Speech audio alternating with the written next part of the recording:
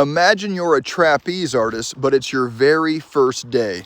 Now, if you're not familiar with what the trapeze artists do, they're those folks at the circus that are flying through the air. They're holding on to that swing, and they're doing all sorts of flips and stuff. Now, to make matters even more interesting, imagine underneath you there's a flaming pit, tons of snakes that are poisonous, or whatever, alligators or metal spikes, whatever really makes you not want to fall. Now, remember, this is your very first time ever doing this. What is the state of your soul, knowing that if you mess up, you're done, it's over? Well, you're probably gripped with fear. You're probably unable to move forward with any kind of confidence. Well, this is what life under the law is like. You see, the law of Moses is perfect. It doesn't say try your best.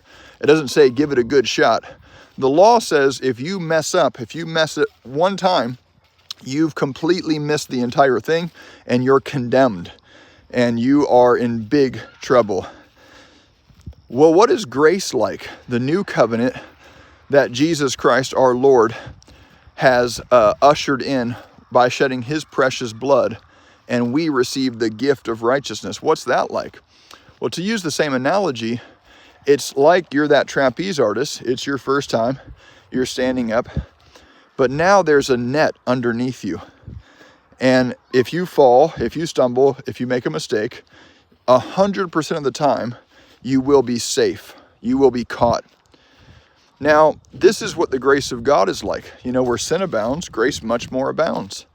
Now, obviously, we're not saying that we should want to sin or that we should continue in sin, but it is true as believers in Jesus, if we do sin, we have an advocate with the Father, Jesus Christ the righteous. In other words, he catches us and we're safe. Now, what does this do in your soul? Well, my friends, it doesn't make you want to fall.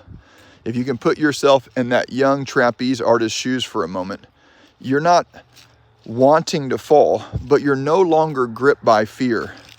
And this net that we call grace in this example, it leads to you flying with freedom. It leads to you having a confidence to run your race with the full assurance of faith. And of course, this is a very helpful picture. I received this through the ministry of Pastor Joseph Prince, and we're so grateful for Pastor Prince and the message of the grace of God, the true gospel of Jesus Christ. I hope this message helped you today. Follow if you like this kind of content. We'll be sharing more. God bless.